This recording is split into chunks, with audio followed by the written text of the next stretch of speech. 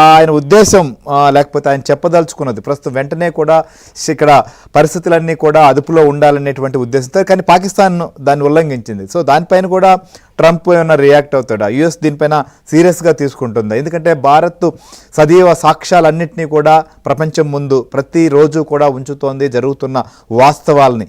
ఇవాళ కూడా కాల్పుల ఉల్లంఘనకు లేదా అవగాహన జరిగిన తర్వాత కూడా దాన్ని అతిక్రమించింది కూడా పాకిస్తానే. పాకిస్తాన్ సంబంధించినటువంటి సైనికుల లేకపోతే సైనికుల ముసుగులో ఉన్నటువంటి ముష్కరులా అనేది అది పాకిస్తానే సమాధానం చెప్పాలి. ఎట్టి పరిస్థితుల్లో కూడా యుఎస్కి కూడా సమాధానం చెప్పాలి. లేకపోతే దీని వెనక ఇంకేమైనా కుట్ర జరిగిందా, లేకపోతే చైనా లాంటి దేశాలు లేకపోతే మరో కొన్ని ఏమైనా వీరిని ప్రోద్బలంతో ఈ రకంగా చేశాయనేది కూడా చాలా సీరియస్ అంశం. మనం చూద్దాం. పాకిస్తాన్ ప్రెసిడెంట్ మరి కొన్ని నిమిషాల్లోనే ప్రెస్ ముందుకు కూడా రాబోతున్నారు. ఆయన రియాక్షన్ ఏంటనేది కూడా మీరు ఒకసారి ఫాలో అవుతూ ఉండండి. ఒకసారి మనం శేషాద్రి గారితో కూడా మాట్లాడదాం. శేషాద్రి గారు, ఏంటి ఇప్పుడు పాకిస్తాన్కి భారతదేశంతో యుద్ధం ఎదుర్కొనేటువంటి దమ్ము ధైర్యం లేదు, ఖచ్చితంగా ఆ విషయం తేలిపోయింది. ఎందుకంటే మనం గత కొద్ది రోజులుగా ఒక 3 రోజుల పాటు జరిపినటువంటి దాడులతోనే ఉక్కిరి బిక్కిరైంది. వారి ఎయిర్ బేసెస్ ధ్వంసమయ్యాయి, అనేక పోస్టులు దెబ్బతిన్నాయి, చాలా ప్రదేశాలను టార్గెట్ చేశాం. భారత భూభాగం ఆనుకునున్నటువంటి పిఓకేలో మాత్రమే దాడి చేస్తారు, మన భూభాగం మీదకి రారు అని ఇవాల్టి వరకు భావించారు. కానీ కాశ్మీర్లో దాడి చేసి భారత భూభాగంలోకి వచ్చి దాడి చేసి పాకిస్తాన్లో దాక్కున్నటువంటి వారిని వెతికి మరీ టార్గెట్ చేసి మరీ ముష్కరులను కూడా కొట్టాం. సో తర్వాత ఖచ్చితంగా ఇది ఒక భయం కూడా రేకొచ్చింది. ఆ దేశ ప్రజలు కూడా రోడ్ల మీదకి వచ్చారు. ముఖ్యంగా పీటీఐ సంబంధించినటువంటి పార్టీ కార్యకర్తలు అయితే ర్యాలీలు నిర్వహించారు. రాత్రికి రాత్రే ఈ ప్రభుత్వం ఫెయిల్ అయింది, అసలు భారత్తో ప్రస్తుతం జరుగుతున్న పరిణామాలు చూస్తే అసలు దేశంలో చాలా ఆందోళనకరంగా ఉందని చెప్పారు. సో ఇవన్నీ ఒకవైపు జరుగుతుంటే బలూచిస్తాన్ సంబంధించినటువంటి ఆర్మీ కూడా తీవ్ర స్థాయిలో రియాక్ట్ అవుతోంది.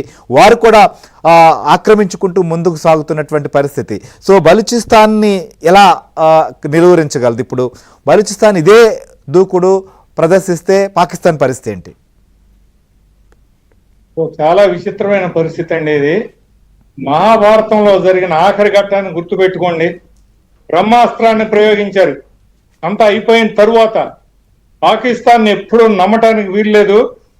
సర్వం అయిపోయిన తరువాత చివరికి అణ్వస్త్రాలని ప్రయోగించినా కూడా మనం ఆశ్చర్యపోనక్కర్లేదు. కారణం ఏమిటంటే ఏ రకమైనటువంటి మానవత్వం లేని పాలకులు అక్కడ ఉన్నారు. అసలు పాలకులు ఎక్కడక్కడ సైన్యాధికారులే పాలకులైనప్పుడు వాళ్ళకి సంక్షేమము, ప్రజలు, నొప్పి, బాధ, దయ, జాలి ఏది ఉండదు. ఖచ్చితంగా అనేక సార్లు భారతదేశాన్ని కించపరిచి చేసి యుద్ధం మొదలైన తర్వాత కూడా అణ్వాయుధాలను బయటికి తీస్తామని ఇంకా 2 గంటలకి ఈ రకమైన సీజ్ ఫైర్ అవుతుందన్నప్పుడు కూడా హై లెవెల్ న్యూక్లియర్ ఆ కమిటీని పిలిపించి మాట్లాడిన వాళ్ళు ప్రతి దానికి కూడా మనని ఎప్పుడు కూడా బ్లాక్ మెయిల్ చేస్తూ భయపెడుతూ అనేక సార్లు నానా పులి అని అని అని చివరికి నిజంగానే పులి మీద పడినట్టు నాకైతే ఏమనిపిస్తోందంటే వాళ్ళు వెనకాడరు. ఇప్పుడు ఈ జలాల్ని సింధు నది జలాలను ఏం చేస్తున్నారు చూడండి. అవి కనుక మనం ఆనకట్టలు ఏమైనా కడితే వచ్చి బాంబింగ్ చేసేస్తారంట. ఆనకట్టలని వాటిని నిర్వీర్యం చేస్తారంట. అంటే ప్రతి చోట అంత దురహంకారంతో అంటున్నారు. అంటే దానికి కారణం ఏంటంటే అణుశక్తి మా చేతిలో ఉంది అని. ప్రపంచ దేశాలు కూడా ఈ 2 దేశాలు అణుశక్తి దేశాలు కాబట్టి సమన్వయం అంటున్నారు. సమన్వయం అనేది ఎలా వస్తుందండి? ఒక పక్కన సమన్వయం అంటే కాదు, అది రెండు దేశాల నుంచి కూడా ఆ సమన్వయం అనేది కావాలి.